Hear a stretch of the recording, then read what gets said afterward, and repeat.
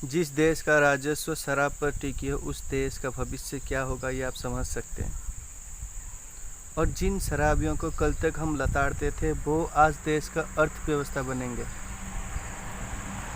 Hello दोस्तों, मैं राजीव आप सबको स्वागत करता हूँ मेरा यूट्यूब चैनल आर क्रिएशन पर। लॉकडाउन 3.0 में एक ख़ास बात ये था कि ग्रीन जोन में शराब की दुकान खुले जाएंगे।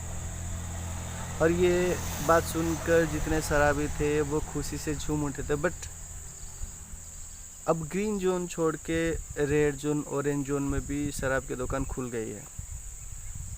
और आपको हैरान करने वाली बात ये है, एक दिन में 550 करोड़ करीब रुपए आ चुके हैं राजस्व के तौर पे। मतलब रेवेन्यू 550 करोड़ रुपया आ चुका है। शायद इसीलिए गवर्नमेंट ने ये तरीका ढूंढ निकाला था अपने अर्थव्यवस्था को सुदृढ़ करने के लिए। फ्रेंड्स, गवर्नमेंट को शराब की दुकान खोलने की क्यों ज़रूरत पड़ गई? क्या अर्थनीति का इतना बड़ा माहौल सिर्फ शराब से आता है? चलिए कुछ आंकड़ों पर हम गौर करते हैं। अगर बात की जाए रेवेन्यू की तो हर रोज़ तकरीबन 700 करोड़ रुपया सेंट्रल गवर्नमेंट को मिल रहा था लॉकडाउन से पहले।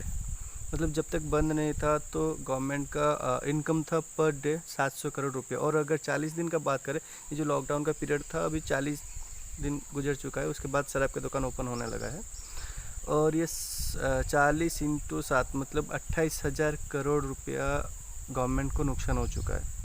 और स्टेट गवर्नमेंट की बात करें तो बहुत सारे ऐसे स्टेट थे जिनका पूरा इनकम का अगर आंकड़ा बता दिया जाए तो 15 से लेकर 30% तक इनकम जो है बस शराब या फिर अल्कोहल से आता था।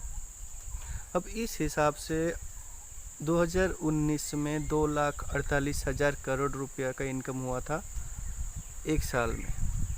वहीं 2018 की बात की जाए तो ये आंकड़ा था 2,17,000 करोड़ रुपया। और 2017 की बात की जाए तो ये तकरीबन 2 लाख करोड़ रुपया इनकम कर लिया था। तो इस हिसाब से देश का अर्थनीति बिल्कुल डिपेंड करता है शराब के ऊपर। लेकिन अब ये पीरियड जो है कोरोना का पीरियड है, ये टाइमिंग क्या सही है? 45 दिन शराब ना पीकर लोगों ने ये बता दिया कि वो शराब के बिना ज़िंदा रह सकते हैं। लेकिन सरकार ने ये 45 दिन में ज़िंदा नहीं रह सकता ये साबित कर दिया है लॉकडाउन 3.0 में शराब की दुकान खोलकर। जैसे कि मैं बताया था, कुछ स्टेट का इनकम 15 से 30% का है। और उनमें से कुछ स्टेट का मैं इनकम के बारे में बता रहा हूँ। जैसे कि यूपी में 2019 की बात करें तो तकरीबन 26,000 करोड़ रुपया कमा लिया था एक साल में। और महाराष्ट्र तकरीबन 24,000 करोड़। तेलंगाना की बात की जाए तो 21,500 करोड़। और कर्नाटक की बात की जाए तो तकरीबन 20,000 करोड़। उस हिसाब से वेस्ट बंगाल एक बहुत बड़ा स्टेट है, वो 11,500 करोड़ रुपया कमाया था। फिर भी स्टेट को लगता है कि ये आंकड़ा बहुत कम है, इसीलिए उन्होंने बहुत सारी परमिशन मतलब और बहुत सारी शराब की दुकान खोलने के लिए परमिशन दे दी है। बट ये लॉकडाउन पहले से परमिशन दे दिया, क्योंकि लॉकडाउन हुआ तो इसलिए शराब की दुकान खोली नहीं है। तो लॉकडाउन के बाद ये खुल जाएंगे। और पंजाब की बात करें तो तकरीबन 5,600 करोड़ करीब साल भर में, ये 2019 की मैं बात कर रहा हूँ, जो इनकम कर चुके हैं। ऐसी कंडीशन में जिस देश में शराब की दुकान खोलना श्योर है, उस देश का भविष्य कैसा होगा ये आप समझ सकते हैं। कुछ ऐसा ही आंकड़ा आपको चौंकाने वाला है। पिछले 10 सालों के आंकड़ा अगर बात की जाए तो शराब या अल्कोहल का जो बिज़नेस है बहुत ज़्यादा बढ़ गया, मतलब इसका डबल हो चुका है। ये ग्राफ अगर पहले 1 लीटर था अब वो 2 लीटर हो चुका है। और इसका बढ़ने का सबसे बड़ा कारण ये है युवा, मतलब 20 से 25 साल का जो युवा वर्ग है वो सबसे ज़्यादा शराब पीने लगे हैं।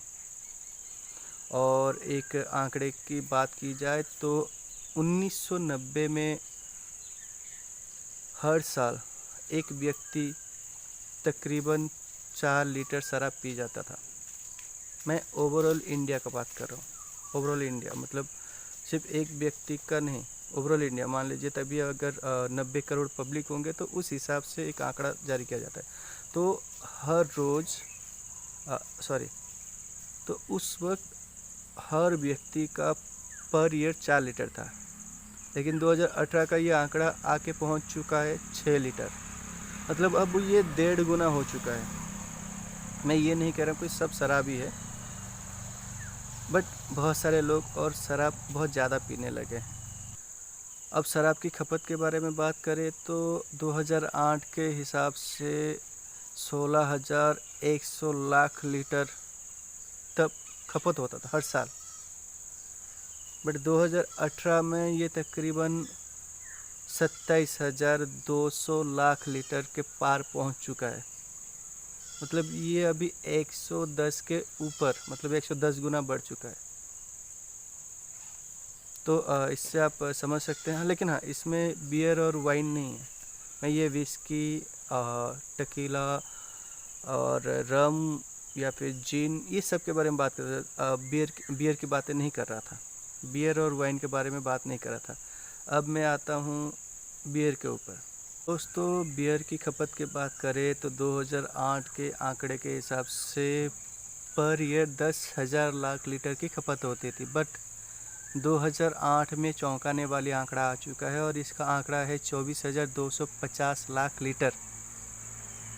शायद ये वही है जो युवा वर्ग ज़्यादा पसंद कर रहे हैं, मतलब बियर को ज़्यादा पसंद कर रहे हैं। शायद इसीलिए इसका जो आंकड़ा है डबल से, मतलब तकरीबन 140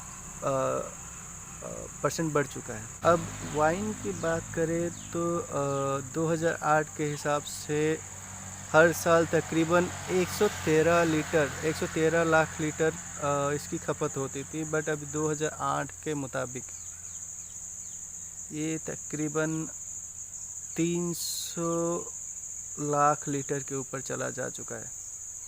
मतलब ये आंकड़ा तकरीबन 3 गुना बढ़ चुका है, मतलब 300% हम पकड़ सकते हैं इसको, अगर उस हिसाब से देखा जाए तो बहुत ज़्यादा बढ़ चुका है। लेकिन एक राहत की बात ये है, जीन जो एक दारू में एक हिस्सा भी है, उसका खपत बहुत कम हो चुका है।